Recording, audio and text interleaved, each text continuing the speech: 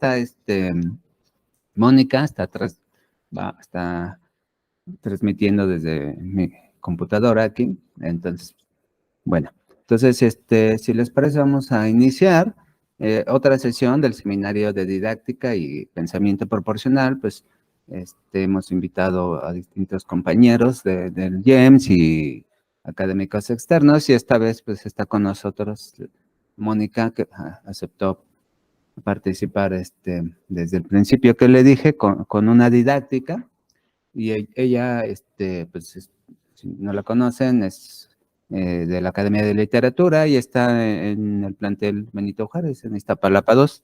Pues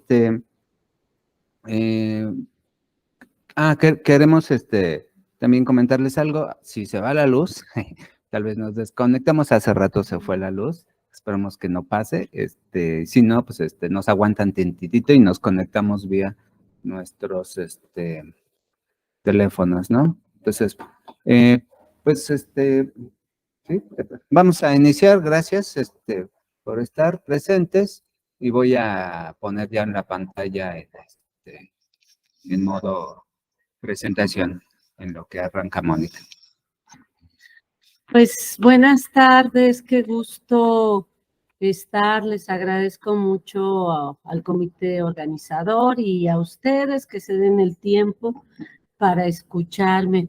Se me hizo así muy formal la presentación y me pone nerviosa, pero bueno, ante la invitación a mí me gustó compartirles algo que durante 2 semestres que lo he trabajado me ha funcionado, y por eso decidí abordarlo desde como una estrategia para crear un árbol mnemotécnico. Esta actividad se enmarca en Lengua y Literatura 2, pero también lo he experimentado con la optativa de literatura, donde hemos trabajado cine, literatura y género. Y la idea básicamente es hacer al final de todos los conocimientos trabajados y adquiridos un producto visible, tangible, para poder presentar y evaluar. Entonces, bueno, en esta primera parte defino qué es la estrategia.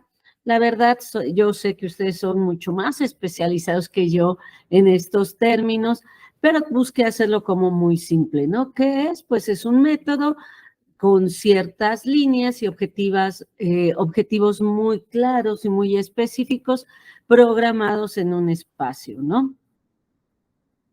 También es muy importante ver qué tipo de técnicas o actividades nos van a ser útiles para llegar a ese objetivo.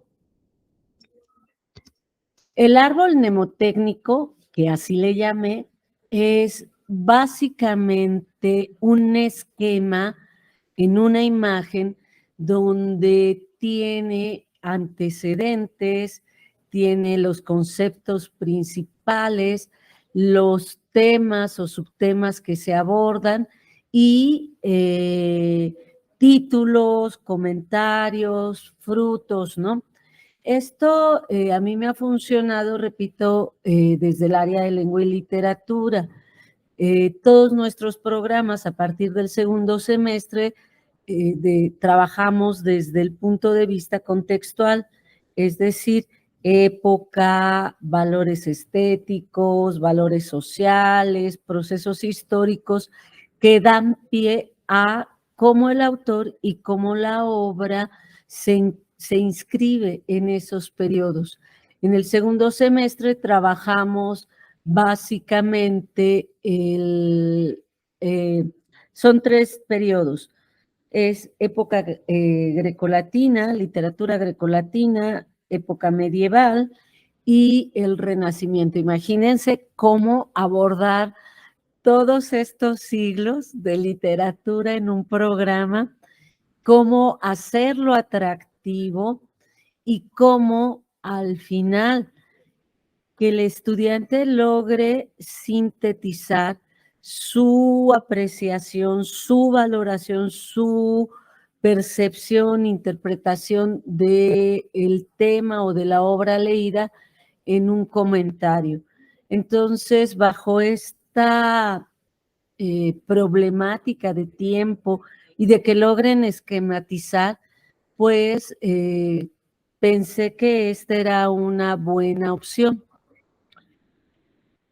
Aquí creo, yo estaba platicando con Ulises y le decía, ay, ojalá que no haya estos compañeros que a veces se sienten como muy agredidos cuando decimos que utilicemos la memoria, porque confundimos en algunos casos el utilizar la memoria con conocimientos solamente enciclopédicos, sin una relación, descontextualizados, el memorizar sin la comprensión.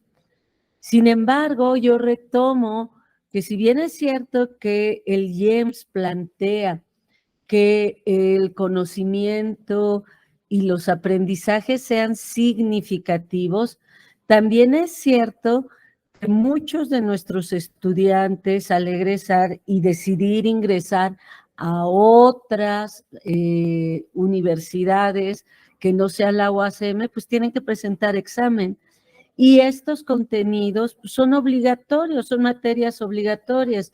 Si en el nivel preparatorio no conocemos qué es la literatura grecolatina, quién es Odiseo, quién es, no sé, Zeus, si no tenemos algunos elementos mínimos, pues no solamente no tenemos una preparación, sino estamos en riesgo de no poder competir, así se tiene que decir, creo yo, en este momento, para el ingreso. Entonces, bueno, los medios mnemotécnicos nos ayudan a mantener esa información que consideramos importante.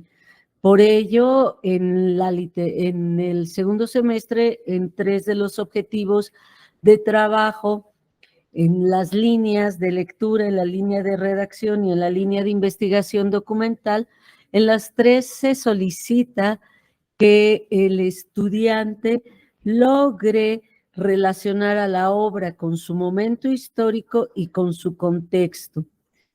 Y bueno, independiente de esto, yo pensando para el seminario decía, bueno, pero no solamente gente de literatura lo va a trabajar, ¿no? O lo puede ver como una herramienta. ¿Qué pasaría, por ejemplo, en matemáticas? Pues yo pensaba que tal vez las fórmulas y el desarrollo de ellas se puede ir a través del tronco, a través de las ramas, que es básicamente como lo distribuyo. La imagen tiene una forma, la imagen del árbol tiene como sentido abordar los antecedentes, los conceptos principales, los subtemas, los títulos específicos y el fruto es el comentario. Por eso digo, utilizar la memoria como un recurso real para llegar al aprendizaje significativo. Piaget define la memoria como la conservación de todo lo adquirido en el pasado, mediante el aprendizaje y la percepción convertida en esquema. El esquema se forma con los hábitos y las operaciones superiores.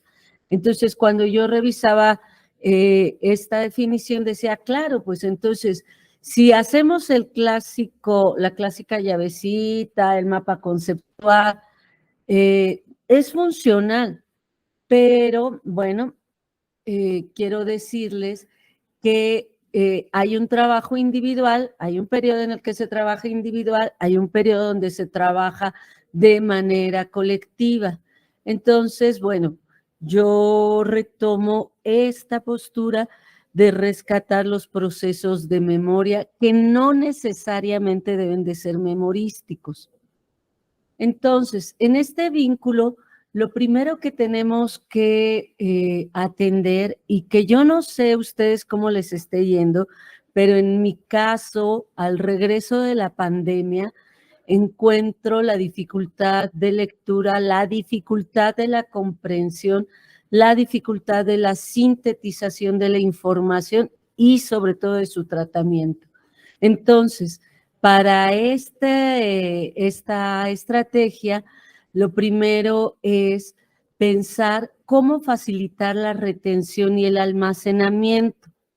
Para esto, pues obviamente se trabaja en diferentes periodos, porque aunque estemos repitiendo, si esa información no la anclamos en su realidad del estudiante, pues se convierte en un dato aislado.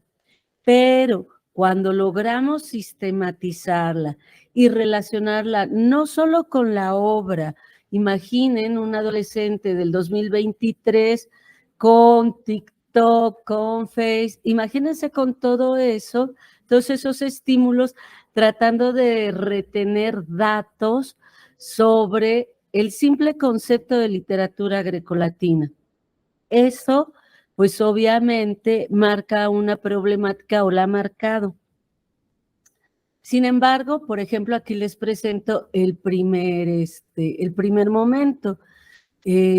A través de exposiciones, a través de lecturas, a través de videos, a través de TikTok, a través inclusive de música, lo que hago es en las sesiones de trabajo, nosotros hablamos sobre los procesos sociales, históricos y estéticos que dan pie a la cultura. Entonces, en el plano grecolatino, pues hablamos, por ejemplo, cuál fue el principio y por qué la importancia de la literatura grecolatina y su vigencia. Abordamos entonces que se da a partir de dos principios estéticos y sociales. ¿Cuáles son los estéticos y cuáles son los sociales? Bueno, los estéticos es su cercanía con la naturaleza y su preocupación del ser, y en el caso social, bueno, el desarrollo y la preocupación del arte como el equilibrio y el orden. Eso entonces está en la raíz. Esto, repito, con videos, con música, se va presentando y se da el tiempo para que ellos lo llenen. Entonces, no solamente pretendemos almacenar, sino irlo relacionando. Por ejemplo, hablo de estos principios de el ser, y para mi sorpresa, trabajando, por ejemplo, el mito, y abordábamos Narciso, y terminamos hablando de las relaciones tóxicas, ¿no? Y del narcisismo, porque ustedes yo creo que han visto este boom de memes y cómo se ha utilizado, por ejemplo, esta palabra ya para hablar de relaciones tóxicas, y ahí se genera ese puente. Pero repito, regresamos esto como el fundamento y por eso dentro de la imagen como la raíz.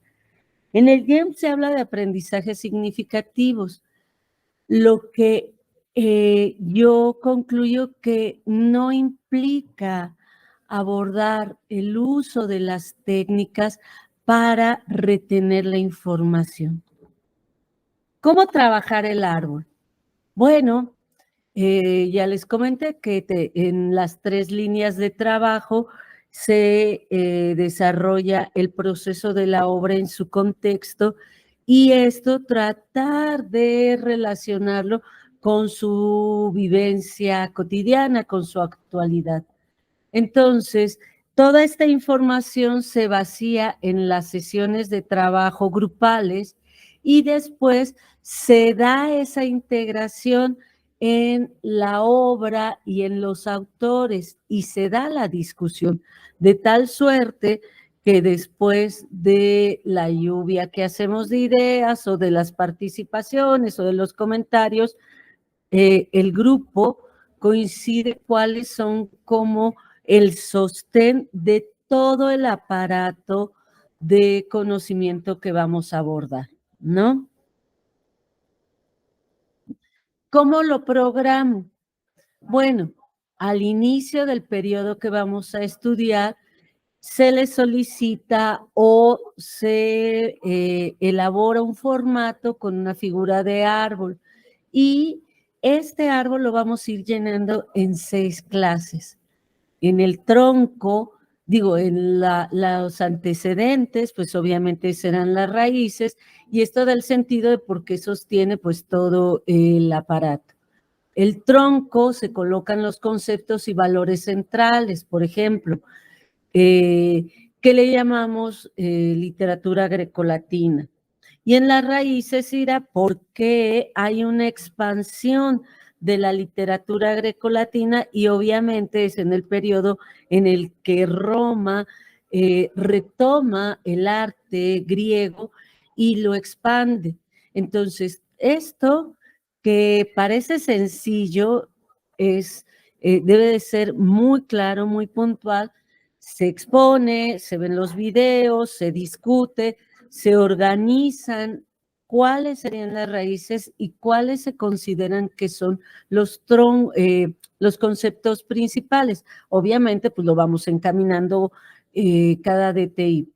Las definiciones y los ejemplos se trabajarán de la segunda a la cuarta sesión con lecturas y definiciones de qué, de los subgéneros literarios que yo los divido pues en la narrativa, en la poesía y en el drama. Y los productos de estos conceptos y subtemas se van colocando en las ramas y en las hojas. En las últimas 2 clases, los estudiantes van a trabajar, ahora le llaman, ¿no? Trabajo colaborativo y nosotros le llamábamos trabajo en equipo. Entonces, van a hacer sus equipos, van a conseguir su material. En la sesión de clase se van organizando, nosotros vamos pasando a revisar ortografía, a revisar datos, a revisar, y tienen el árbol previo, el árbol que se trabajó de manera individual para retroalimentar. La idea es llegar a frutos como manzanas, como en este caso fotografías, como tal, donde ellos den sus comentarios. Una vez que lo tienen terminado, una vez que ya queda la imagen, el esquema, en una sesión de asesoría, pues se invita al equipo y se hace una autoevaluación. ¿Cómo? Bueno, pues solamente con preguntas, ¿no? A ver, ¿qué es la literatura grecolatina? ¿Qué recuerdan? Y obviamente se vio en clase, se trabajó en su cuaderno, se reafirmó en el trabajo colaborativo. Alguna idea les queda. De verdad que a mí me ha sorprendido porque gratamente tal vez este proceso de mental que tienen de esto es el fundamento, estos son los conceptos, estos son los productos y este es mi comentario, logra que vinculen y que tengan elementos. A veces no es tan importante las fechas como los procesos que van a ir dando pie a la transformación estética en la literatura. Así pues, lo que yo retomo es que, contrario a lo que en muchos momentos habíamos pensado de no hacer ejercicios de memoria, creo que tenemos que regresar a ello, sobre todo por las lagunas que nos dejó esta pandemia. La imagen y el proceso de creación para un producto final les da el panorama. Repito, si desde el principio entendemos los antecedentes, los conceptos, las temáticas y los frutos. Y finalmente, el hecho de trabajar colaborativamente ayuda a sociabilizar, cuestión que repito, con la pandemia quedó muy sensibilizados, y autorregular sus comportamientos con los pares y con los docentes. Finalmente, esta estrategia genera un producto tangible que se pega a lo largo de la explanada, por la biblioteca, y bueno, esto también permite que ellos tengan el compromiso de poder hacerlo limpio, visible y bueno, pues sobre todo lindo. Y bueno, muchos de ellos pues reciben comentarios o de profesores, de trabajadores, de docentes, de sus propios compañeros, ¿qué es? ¿De qué se trata? Y ellos de alguna manera explican. Entonces, bueno, les comparto, ojalá les haya despertado interés y bueno, pues muchísimas gracias por su atención. Gracias, Mónica. A ver, déjame ver si quito un poco esto para poder ver. Bueno, gracias, Mónica. A mí me pareció muy interesante. Tengo algunos comentarios, pero me gustaría ver si los compañeros tienen algo que preguntarle a Mónica o comentar. Sí, adelante, Miguel. Hola, ¿qué tal? Buenas tardes, ¿cómo están? Hola, buenas tardes. Mira, lo primero es que, pues, muchas veces nos quejamos de cómo llegan nuestros alumnos aquí a la institución y sobre todo ahora en cuestiones de con este asunto de la pandemia, pues todavía llegan con más dificultades todavía. Y bueno, pues algo tenemos que hacer, ¿no? No solamente quejarnos. Y yo creo que todo suma, todo aporta, y lo que tú haces es algo muy valioso, porque finalmente, pues, parte del aprendizaje también tiene que ver con la memoria. Y de buscar técnicas de cómo puedan recordar, cómo puedan ellos tener pues la información a la mano es algo muy, muy importante. Mis preguntas, tengo pues una serie de preguntas. La primera es, ¿cuánto tiempo tienes trabajando en IEMS? Soy de la primera generación de Iztapalapa 1, de mujeres. Ok, la segunda es, ¿cuánto tiempo aproximadamente tienes empleando esta estrategia? En la presentación lo menciono, hay 2 semestres que las he trabajado. Una fue con la optativa de lengua y literatura y este semestre, bueno, lo trabajé justamente con literatura 2. Obviamente las temáticas y las variaciones se dan conforme al programa, ¿no? Claro. Entonces ya hay un poco de información para hacer un comparativo. ¿Cómo puedes hacer una comparación, una valoración de antes de que ocupabas esa estrategia con ahora que la ocupas? No sé, digamos, en algún instrumento de evaluación, un examen, algún resumen, alguna actividad que les pidas. Sí, la autoevaluación la hago en asesoría académica. Es decir, el equipo va al cubículo y ahí les elaboro preguntas muy simples, ¿no? Que obviamente parten del árbol que presentaron. Por ejemplo, hablando otra vez sobre los antecedentes, los conceptos básicos, que me aborden, por ejemplo, y como es en equipo, pues cada uno ha retomado como los temas de mayor interés individual.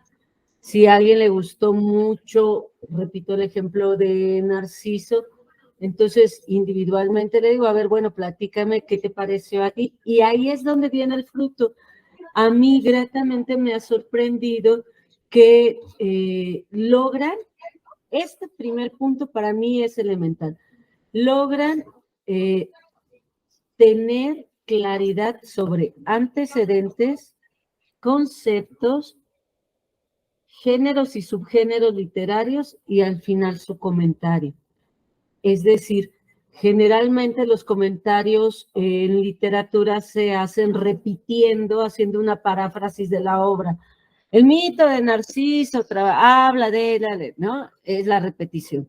Pero como llevan todo este proceso, realmente adoptan una postura, realmente lo vinculan con esto es lo que presenta en el pasado y esta es la vigencia. Entonces, sí, en la autoevaluación, porque además ellos son los que sí manejo la información o no la manejo, ahí veo la gradación de que tanto sí, si la manejan suficiente, bien o completo, ¿no? Si me pueden explicar completamente, ¿no? Perfecto, muchas gracias. Felicidades por tu trabajo. Por mi parte es todo. Gracias. Adelante, Maya y luego Beatriz. Hola Mónica, mucho gusto en verte, me da mucho gusto verte y que formes parte del seminario. La verdad es que qué gusto. Y bueno, mis comentarios son positivos en todos los sentidos. O sea, yo creo que esta misma estrategia se puede utilizar, como bien dices, en física, en matemáticas, en literatura, en cualquier cosa. Y bueno, yo nada más como especie de catarsis, quería comentarles cómo, de manera personal, no sé si a ustedes también les pasa, pero antes de la pandemia yo estaba dando clases y se me acababa el plumón y les decía, ahorita vengo, voy por un plumón y regreso, ¿no? Y me iba por el plumón y cuando regresaba, bueno, se estaban sacando los ojos, gritando, el maestro de al lado ya había venido a callarlos y no sé qué, ¿no?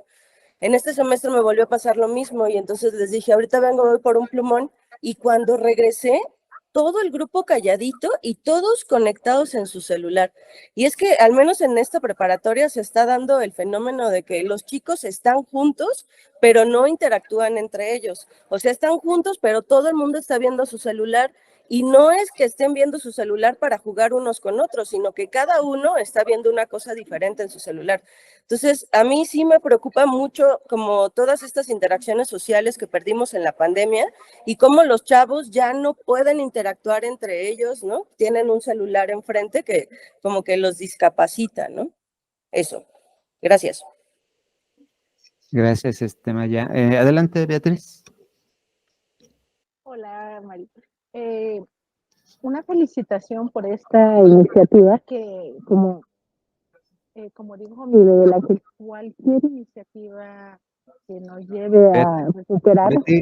Betty, no te escuchamos bien. No sé si puedes acercarte más a tu micrófono. ¿Ya me escuchan?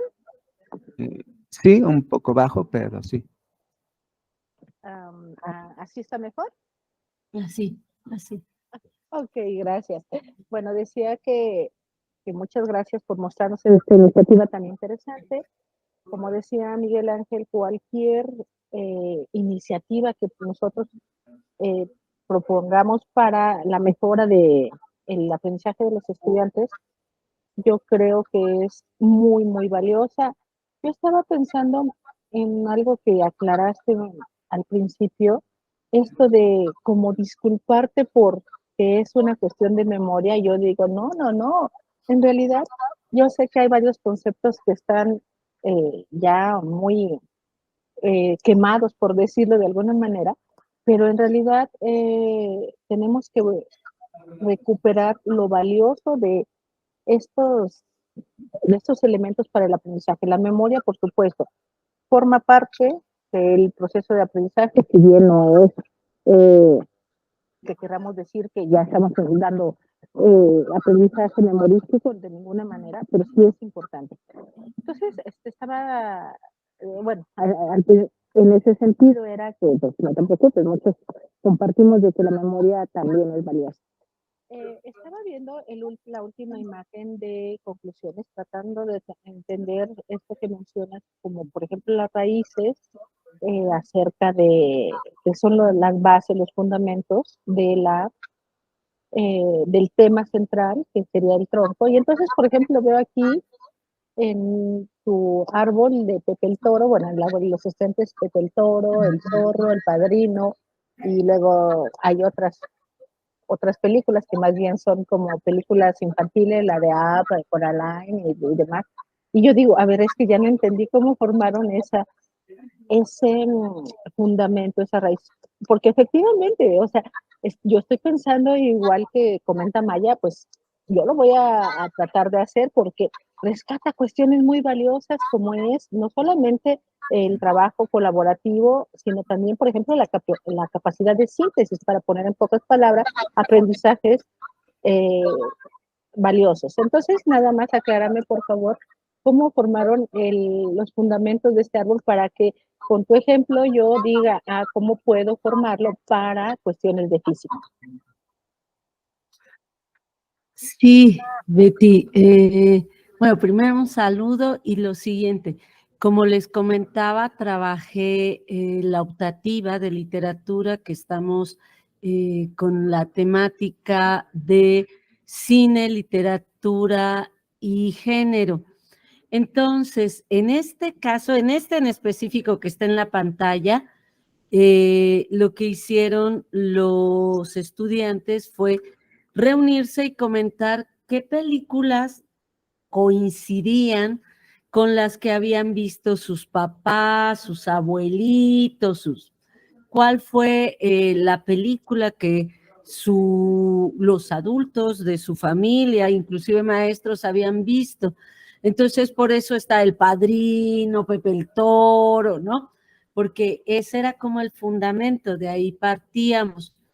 En el tronco, efectivamente, están las películas que ellos vieron por primera vez, y entonces son, obviamente, pues todas las de caricaturas Disney. En las ramas, La Fuga, y ahorita no alcanzo a ver bien qué otras están en las ramas, pero son los cortometrajes que nosotros trabajamos sobre género.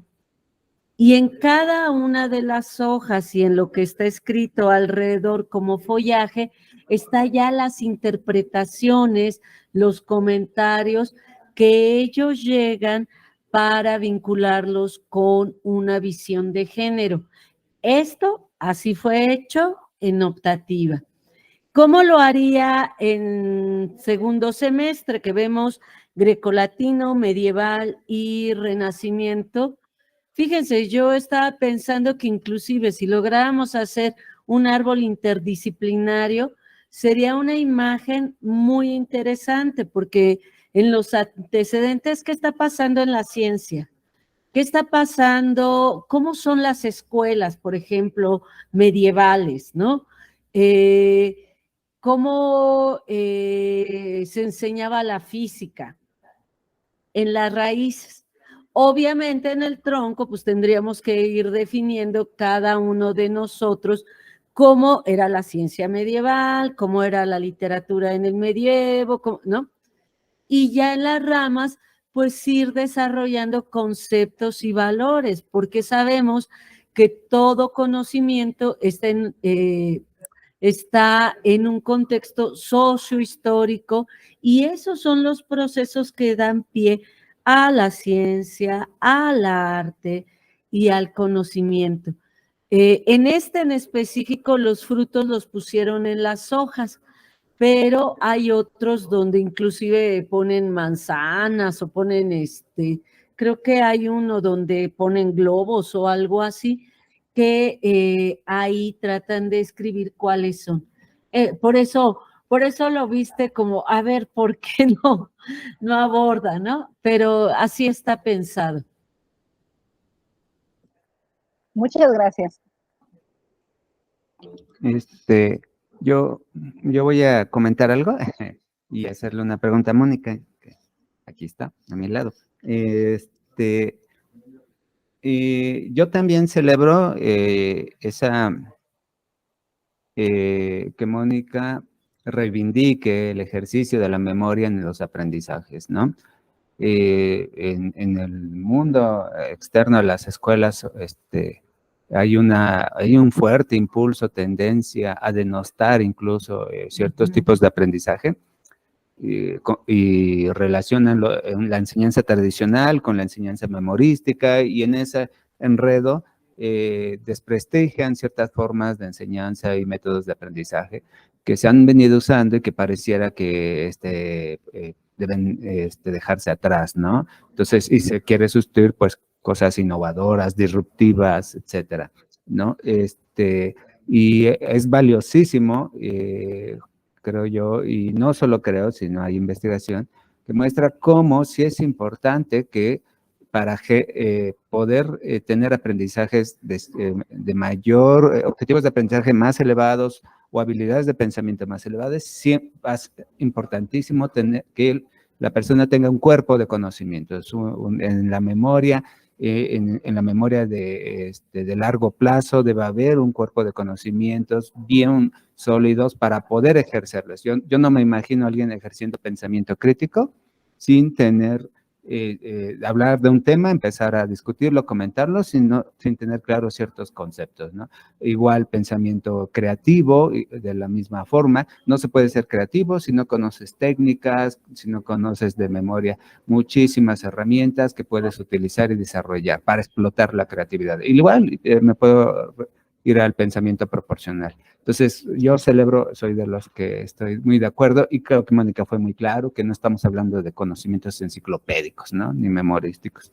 Bueno, eso es una cosa y yo lo que quiero preguntarle es, ya lo dijo en algún momento cuando hablaba de la planeación, pero quería preguntarle si, en concreto, ¿cuánto tiempo desde que le plantea esta estrategia a los estudiantes hasta que obtienen los productos y ya los presentan? ¿Cuánto tiempo más o menos han ocupado los estudiantes y bueno, y tú, Mónica, en desarrollar toda esta estrategia, ¿no? ¿Crees que hay un tiempo ideal, unos momentos ideales, espacios mejores para trabajarla? Porque sí requiere de trabajo. Y se lo pregunto sobre todo pensando justamente en querer aplicarla en física. Porque en física estamos acostumbrados a que pues, si queremos un producto y si además queremos presentarle, pues eso tiene que ser un proyecto, ¿no? O un experimento. Pero no, hay otras formas en las cuales se pueden sintetizar muchos conocimientos y aprendizajes. Y este es uno, y qué bueno que esté aquí presente. Entonces, esa es mi pregunta, Mónica. Sí, no sé cómo sea el caso de física, pero sí sé que todos los sistemas educativos nos dan un programa saturado de temáticas que si no tenemos una visión clara de qué de esas temáticas será útil para el aprendizaje de nuestros estudiantes, podemos perdernos. Entonces, la programación que yo hago es de 6 sesiones, porque 4, 3 las ocupo justamente para que quede claro antecedentes, conceptos, temas que se desprenden, obras y autores. Todo esto va trabajándose de esa manera cronológica, antecedentes, conceptos, temáticas y frutos. Y 2 sesiones, por eso digo 3 o 2, sabemos que todos los grupos son diferentes, 2 sesiones procuro que sean para que lleven el material, lo estén trabajando en clase, estén en equipo, y la verdad es que no lo terminan en 2 sesiones, pero van en asesoría conmigo y con otros compañeros para ir armando y generando ese proceso de síntesis, porque quiero recordarles, hicieron ya uno individual en su cuaderno. Ahora hay que hacer uno en colectivo, y entonces tienen que discutir, tienen que discriminar, porque finalmente eso que puntualmente decías, la memorización no necesariamente es un conocimiento enciclopédico. La memorización requiere interpretación y sistematización. Ahí es donde yo creo que podemos dar el salto a que sea un aprendizaje significativo, y por eso también creo que la sesión en clase es importante, porque ahí los asesoramos y ahí les damos esa posibilidad de hacer vigente lo que hayan estudiado. Gracias. Sí, ahorita, Tahir, si no, quiero hacer un comentario más, recordando una charla con la maestra de historia, que está aquí al lado también, ella les acaba de hacer un examen a sus compañeras o una evaluación a sus estudiantes, perdón, algunos personajes, y les pidió algunos personajes importantes de la independencia y alguna de ellas, o alguno, respondió que María Félix. Entonces, ¿qué significa eso más allá de, bueno, pues, que justamente no podemos analizar eventos históricos, momentos, etapas, si no se tienen claro los personajes, lo que involucra, y eso es un ejercicio de memoria, de organización que debe existir en el estudiante. Creo yo que la historia es como materia, como asignatura, es una de las que más ataca en este sentido, de que, ay, no, la historia no debes aprenderla, no tienes que memorizar fechas ni personajes. Pues vemos que en ciertos aspectos es importantísimo, porque si no, ¿cómo delimitamos, no? Bueno, adelante, Tair, por favor. Gracias, Uli. Muchas felicidades, maestra Mónica. Qué bueno que haya otras academias que también trabajan las habilidades para la memorización, porque sí, también creo, igual que mis compañeros, que es una parte muy importante de, pues, de ser, ¿no? De ser personas y de mantener, no sé, como procesos cognitivos generales. Le quería preguntar, esta metodología con sus alumnos que ya la han experimentado, ¿usted ha observado que ellos la utilicen posteriormente, aunque no sea de manera formal para una tarea? Porque creo que parte importante de esta habilidad es que ellos mantengan, ¿no?, este tipo de metodologías, porque pues todo el tiempo van a tener que estar aprendiendo cosas. Gracias. Muchas gracias, profesora. Tal cual, es decir, hacer árboles, no he visto que lo retomen, pero sí he visto que en los momentos de que yo realizo la exposición, la introducción al tema, o cuando estamos revisando algunos videos sobre los periodos que estudiamos, sí he visto que ya ellos tienen este hábito de poner antecedentes. Entonces, a mí eso me parece que es un logro, porque además de que hay esa sistematización de los datos, hay una organización. Si no tenemos claro cuál es el elemento que va a desatar una fórmula, que va a desatar un cambio estético, que va a desatar una nueva teoría, pues no tenemos el proceso completo. Entonces, yo ahorita lo que he visto es que sin que yo les diga, estos son los antecedentes, ellos ya marcan en su hojita antecedentes y van anotando lo que ellos consideran. Sí, así. Gracias.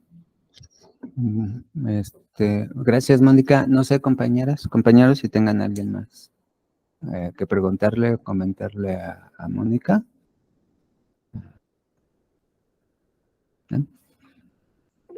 Adelante, Miriam, por favor. Gracias, Ulises. Bueno, pues antes que nada, una disculpa por no haber llegado temprano, tuve aquí otro compromiso.